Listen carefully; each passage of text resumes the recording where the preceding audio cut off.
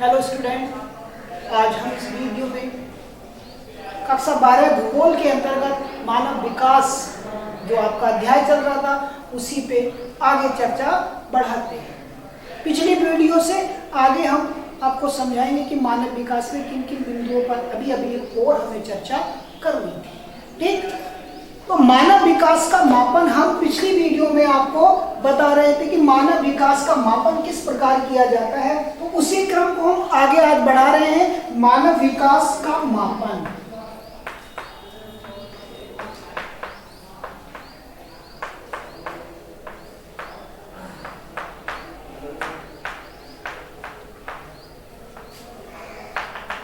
बेटा, हमने पिछली वीडियो में आपको बताया था कि मानव विकास की जो संकल्पना है इसकी किस व्यक्ति की देन है और कब इन्होंने की थी, ये सब हमने आपको बता दिया।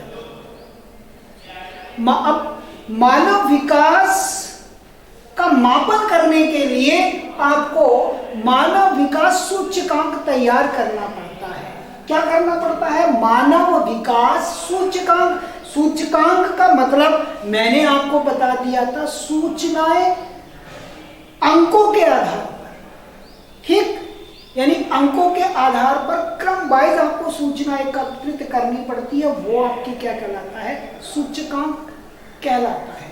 तो मानव विकास का मापन करने के लिए किस चीज की आवश्यकता पड़ती है, ये आप सोच रहे होंगे। तो आपको पता है किस चीज की? वो पड़ती है मानव विकास सूचकांक।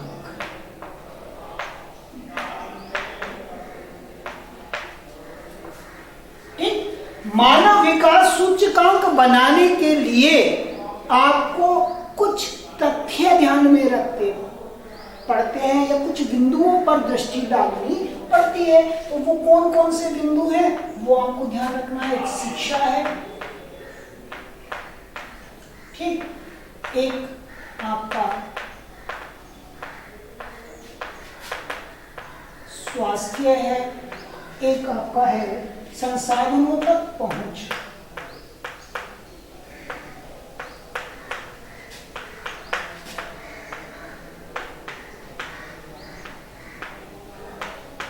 यानी समाज के हर व्यक्ति को ऐसे विकल्प उपलब्ध हो ताकि वो संसाधनों तक आसानी से पहुंच सके। तो सूचकांक तैयार करने के लिए या मानव विकास का मापन करने के लिए आपको इन चीजों को ध्यान में रखना पड़ता है। इन बिंदुओं पर आपको अध्ययन करना पड़ता है। कौन कौन से? शिक्षा, स्वास्थ्य और संसाधनों की पहुंच। बेटा, हमने आपको ये भी बताया था कि मानव विकास का मापन करने के लिए जो सूचकांक तैयार किया जाता है उसकी श्रेणी 0 से 1 के बीच निर्धारित होती है। ठीक, सभी देशों को इस क्रम के अंदर अंक प्राप्त किए जाते हैं और उन्हीं के आधार पर उस देश के मानव विकास का मापन किया जाता है 0 से 1 के बीच। मैं आपको बताऊं इसका अर्थ क्या हुआ। 0 आप समझेंगे कि जिस देश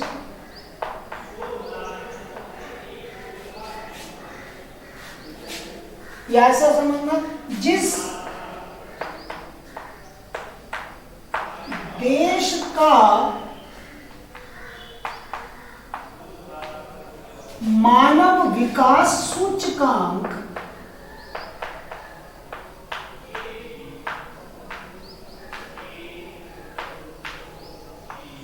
0 के निकट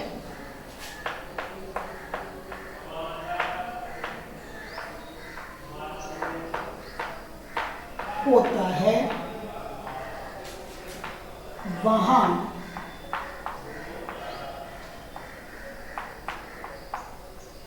मानव विकास का स्तर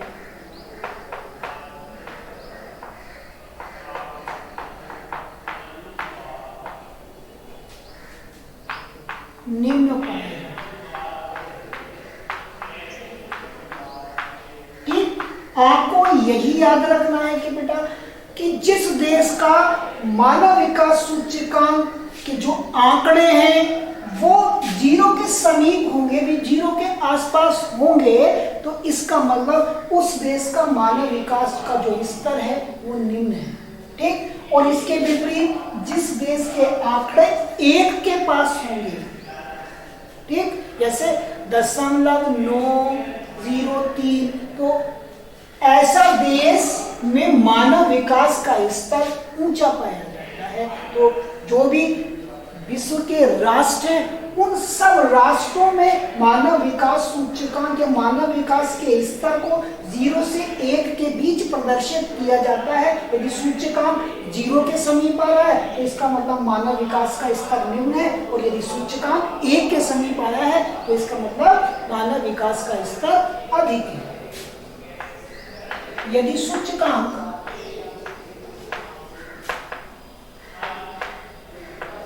1 के समीप है तो मानव विकास का स्तर उच्च, कैसा है, उच्च। ठीक, आपको ये चीज याद रखनी है।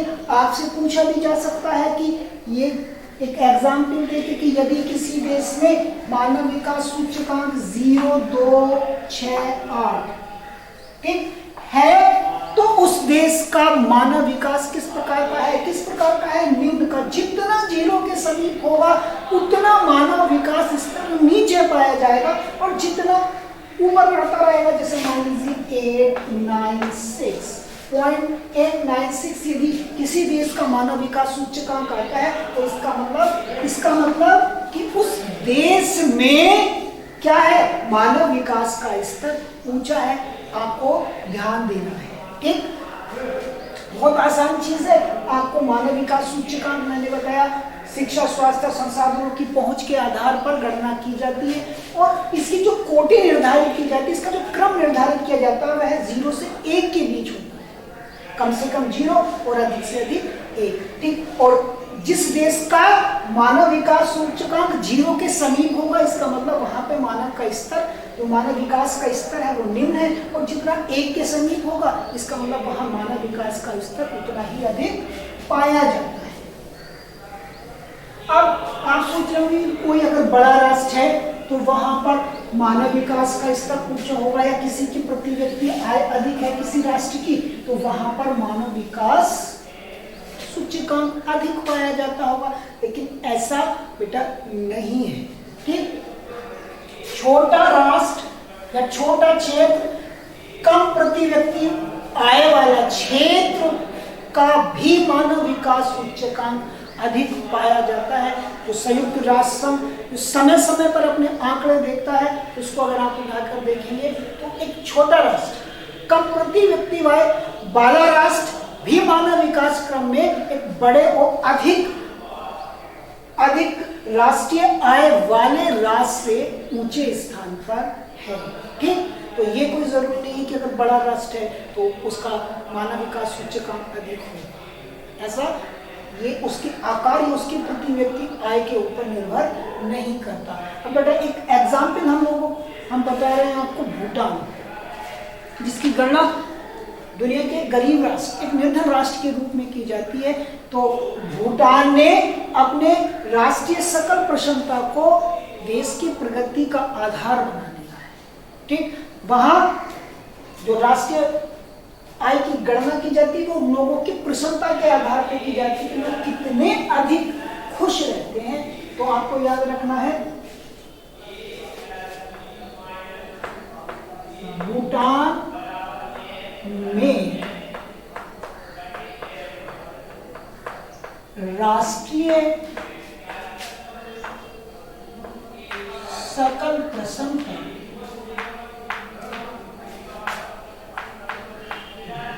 देश की प्रगति का आधार है। ठीक, यानी भूटान राष्ट्र में नागरिकों की प्रसन्नता के आधार पर राष्ट्रीय सकल उत्पाद की गणना की जाती है, यानी वहां प्रसन्नता के आधार पर ही राष्ट्रीय सकल को ग्रहण या गणना की जाती है। ये आपको याद रखना है। अब आगे आपको समझना है अंतरराष्ट्रीय तुलनाएं।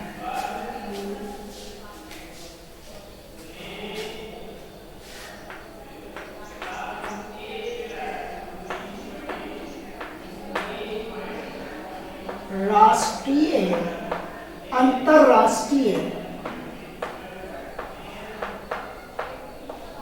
तुलना।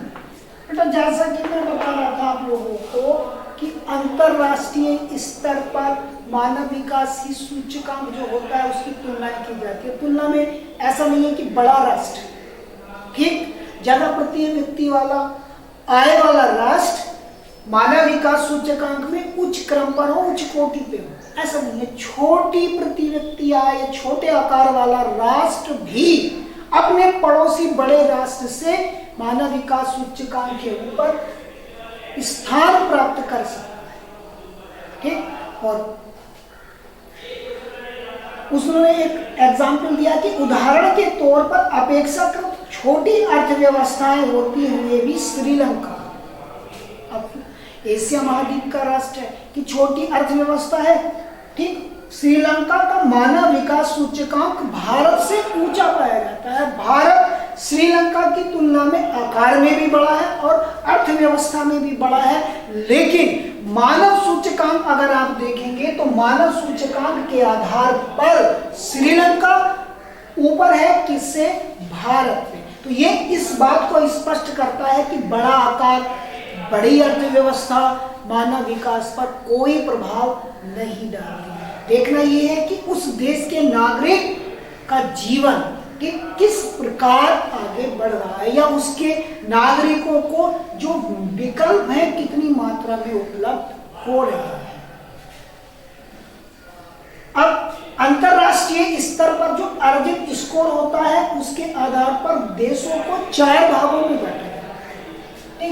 अंतरराष्ट्रीय जब तुलनाएं की जाएंगी और अंक को प्राप्त किए जाएंगे, उनको कोटि दी जाएगी कि कौन सा राष्ट्र 0 से 1 के बीच में कितने अंक प्राप्त कर रहा है, उसके आधार पर अंतरराष्ट्रीय स्तर पर 4 भाग किए गए हैं। कितने भाग किए गए हैं? 4।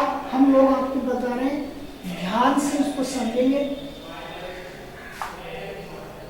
पहली टेबल में आपको है क्रम संख्या, दूसरा है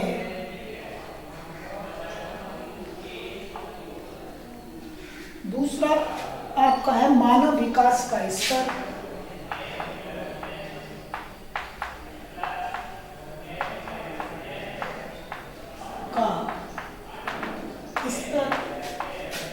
तीसरा कॉलम है आपका मानव सूचकांक,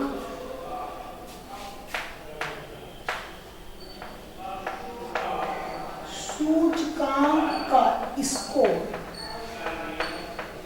और अगला कॉलम बनेगा राष्ट्रों की संख्या। यानी विश्व तुलना के आधार पर संपूर्ण विश्व के राष्ट्रों को 4 भागों में बांटकर अध्ययन किया जाता है। पहला मानव विकास का स्तर, दूसरा जो सूचकांक वहां पे तैयार किया गया उसका स्कोर, और तीसरा है राष्ट्रों की संख्या। यानी उस स्कोर के अंदर विश्व के कितने राष्ट्र शामिल होते हैं। तो पहले नंबर पे अति उच्च, ये मानव विकास का स्तर है, अति उच्च। दूसरा स्तर है आपका उच्च, ठीक। तीसरा स्तर है बेटा मध्यम,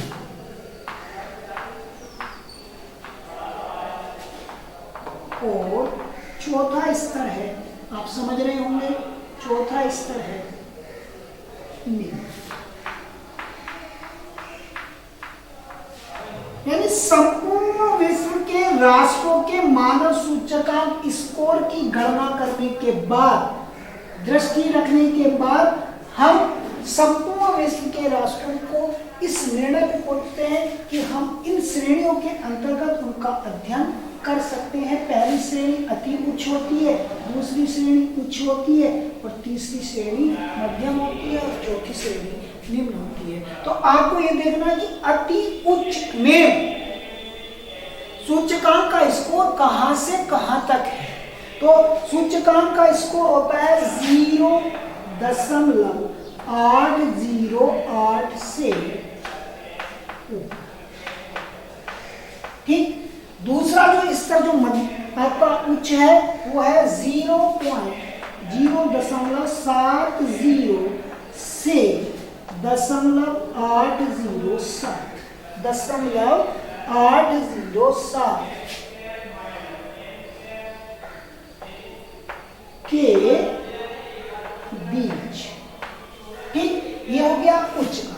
अब जब मध्यम की ओर बढ़ते हैं तो मध्यम है 0.556 से 0.699 के बीच, 0.699 के बीच, ठीक।